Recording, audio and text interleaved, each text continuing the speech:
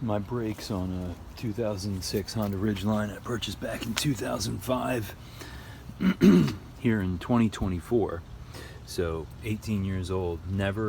It's got it's about 160,000 miles.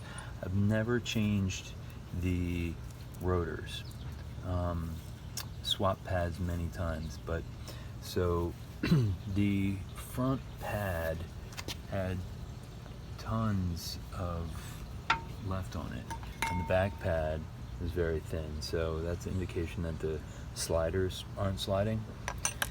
And I thought it was interesting that now the pad is more worn where it's been touching. So this is kind of interesting that there's this area here that it's just been touching really on the inside, like the rotor, I guess, is worn. I don't know if it's possible that it actually warped, but it's interesting that the rotor is worn so that it's really only touching here. Now there's, in addition to the rust that's on there, there's pitting, a deep pitting in the rotor. So I guess this is going to cause it to eat pads. And this is all on the back side, so you can't really see it. So it's kind of interesting. And now I've got a couple hundred more miles I need to make on this, but I had to get in here because it was making shink, shink, shink, shink noise. And I thought that was because the pad had, the metal on metal. Really, this pad really needs to be replaced. I've got some here, so I'll probably just go ahead and throw one of those on. But I think I may have found where my shink, shink, shink, shink noise was coming from, and that was because this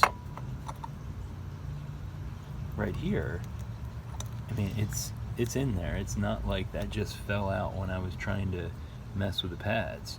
But this here, I think this is my problem here. I think this was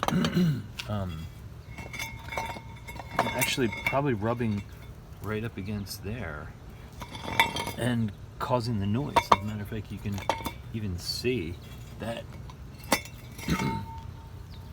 there's a little line on the rotor.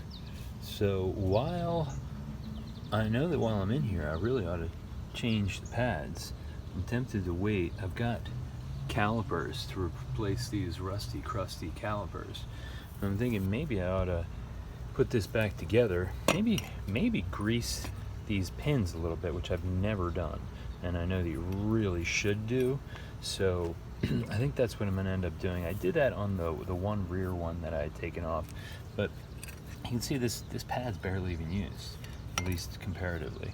So I could even get more life out of these calipers, but I've got another set in a box ready to go, just like I had brake pads ready to go. So I may, for a couple hundred more miles, just do this and get rid of my shink, shink, shink, shink.